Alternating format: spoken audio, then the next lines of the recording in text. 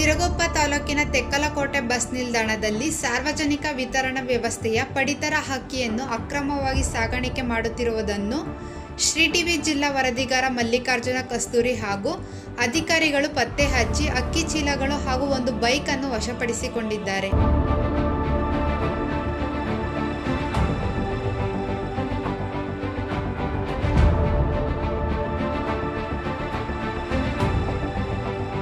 ಸರ್ಕಾರ ಬಡ ಮತ್ತು ಮಧ್ಯಮ ವರ್ಗದ ಜನರಿಗೆ ಆಹಾರ ಭದ್ರತೆ ಒದಗಿಸುವ ಉದ್ದೇಶದಿಂದ ಪಡಿತರ ಚೀಟಿಗಳ ಮೂಲಕ ಅಕ್ಕಿ ವಿತರಣೆ ಮಾಡುತ್ತಿದೆ.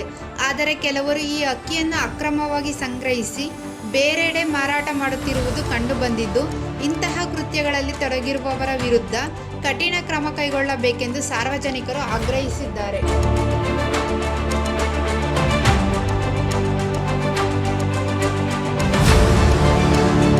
ಕೆಲವು ದಿನಗಳ ಹಿಂದೆ ಲಾರಿಗಳ ಮೂಲಕ ಅಕ್ಕಿಯನ್ನು ಅಕ್ರಮವಾಗಿ ಸಾಗಾಣಿಕೆ ಮಾಡುತ್ತಿರುವ ಪ್ರಕರಣಗಳನ್ನು ಅಧಿಕಾರಿಗಳು ಪತ್ತೆ ಹಚ್ಚಿ ಕ್ರಮ ಕೈಗೊಂಡಿದ್ದರು.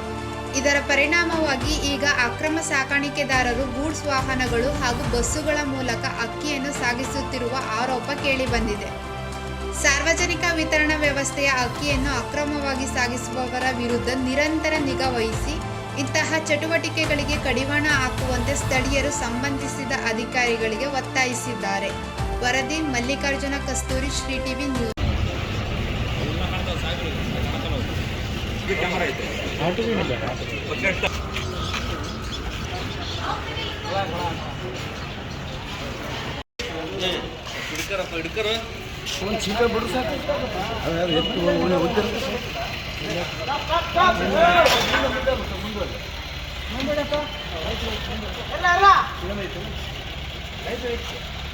ಅದನ್ನು ಅವ್ರದ್ದೇ